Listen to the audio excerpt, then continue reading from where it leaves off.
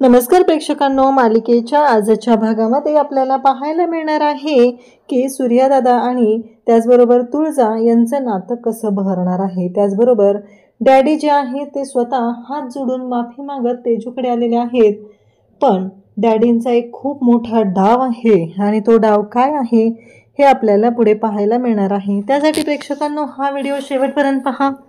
त्याचबरोबर चॅनलवरती नवीन असाल तर चॅनलला सबस्क्राइब करा। तुळजाही तयार होत असते तेव्हा सूर्या जो आहे तिची वाट बघत बाहेर बसलेला असतो आणि सूर्या म्हणत असतो की अगं तुळजा, किती वेळ इथे, एकतर ना मला करमत नाही आणि तुझं काय चाललेलं आहे हे सगळं तो विचारू लागतो। तेव्हा मात्र तुळजा आलेली आहे आणि तिने खूप सुंदर असा रेड कलरचा नाईट गाऊन घातलेला आहे आणि ती सुंदर दिसत आहे। तेव्हा ती समोर आलेली असते आणि सूर्या मात्र तिच्याकडे पाहतच राहतो। सूर्या जो आहे तो रोमॅन्टिक झालेला असतो आणि तुळजा जेव्हा समोर येते आणि म्हणते सूर्यकांतराव चला, ड्रेसिंगची वेळ झालेली आहे, आणि मग सूर्या भानावर येतो। सूर्या म्हणतो की काय, अगं तू तर आत्ता काय गुलाबाच्या पाकळ्या ताट वगैरे कुठे गेलं ते सगळं। तेव्हा तुळजा त्याला म्हणू लागते की काय झालं नक्की, अरे तुला माहिती आहे ना ड्रेसिंग करणं किती गरजेचं आहे, असं म्हणत तुळजा त्याच्याशी बोलू लागते आणि तेव्हा मात्र सूर्या भानावर येतो। इकडे धनू आणि त्याचबरोबर जे मी बोलत असतात ते दोघंही म्हणत असतात की काय आहे हे सगळं।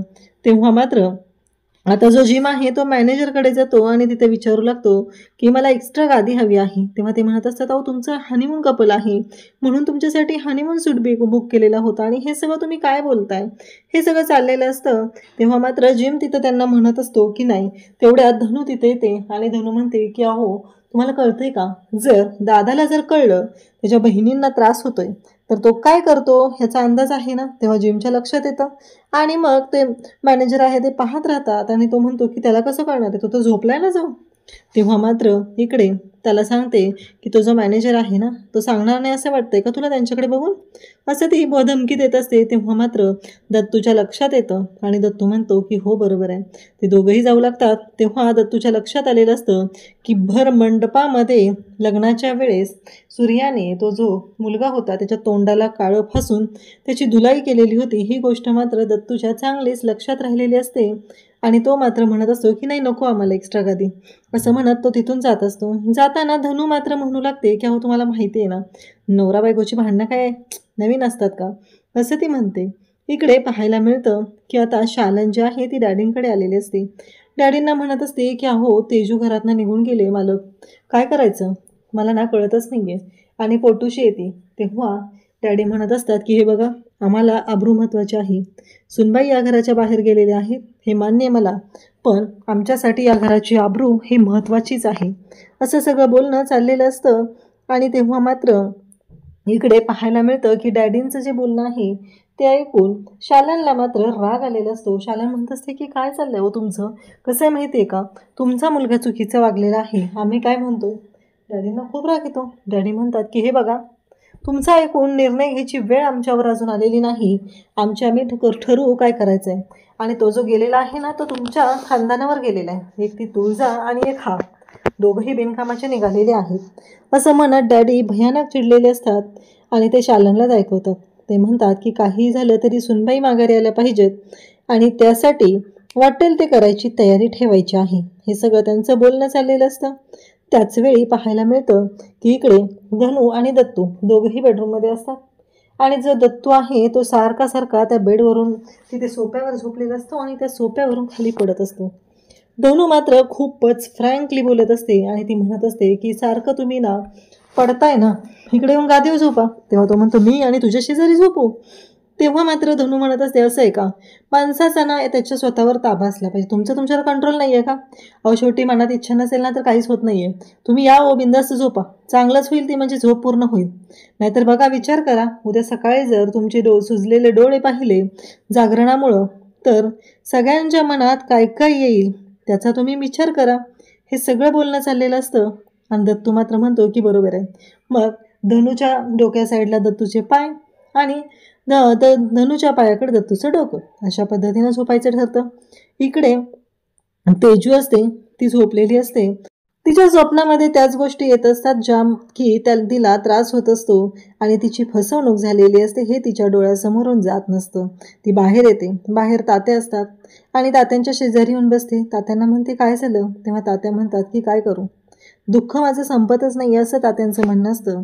तेव्हा इकडे तेजू पण तिथे येऊन थांबलेली असते. तात्यांची समजूत घालण्याचा प्रयत्न करत असते, पण ज्या गोष्टी घडत असतात त्या मात्र खूपच भयानक असतात.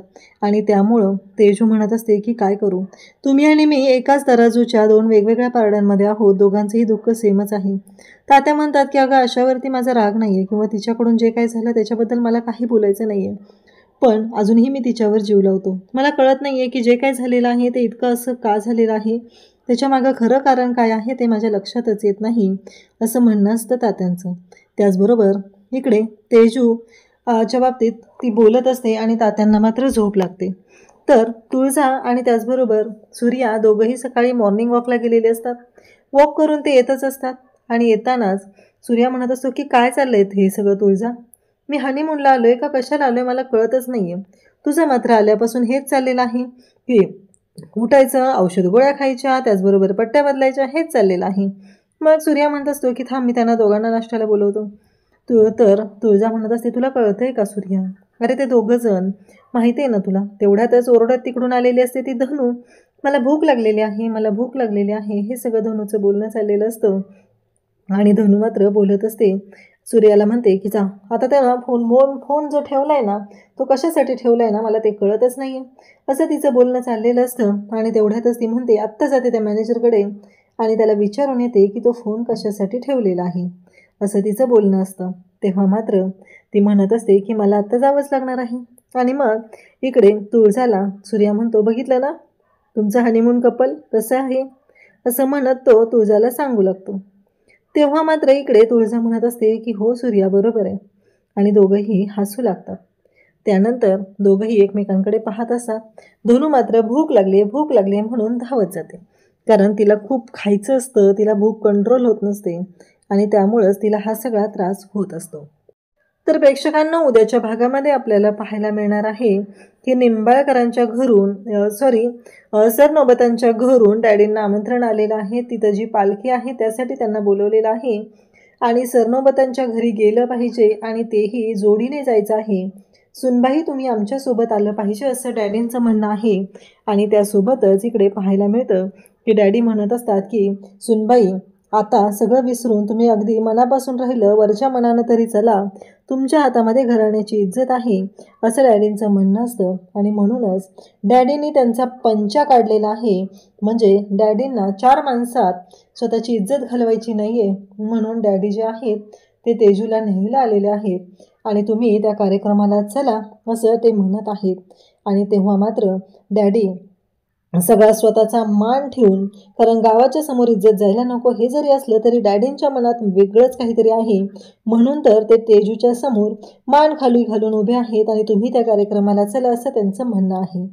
त्यानंतर आपल्याला पाहायला मिळतं की इकडे सूर्या तुळजाशी बोलत असतो. तिला म्हणत असतो की कसं आहे माहिती आहे का तुळजा, जेव्हापासून तू या घरात आली तेव्हापासून तुला फक्त आम्ही त्रासच दिलेला आहे, त्यामुळं मला असं वाटतंय की तुझे स्वप्न, तुझे मनातले विचार हेही तेवढेच गरजेचे आहेत. इकडे धनू आणि दत्तू दोघंही बोलत असतात. धनू म्हणते की मान्य आहे मला आपल्या दोघांमध्ये नवरा बायकोचं नातं होऊ शकत नाही आहे, पण आपल्या दोघांमध्ये मैत्री तर होऊ शकते ना. आणि फ्रेंड्स असं म्हणत धनूने मैत्रीचा हात पुढं केलेला आहे आणि दत्तू मात्र तिची मैत्री ॲक्सेप्ट करत आहे. इकडे सूर्याने तुळजासाठी छान असं सरप्राईज आणलेलं आहे आणि ते सरप्राईज तो तुळजाला देत आहे आणि तिला सांगत आहे की आता मी फक्त तुला आनंदच देणार आहे.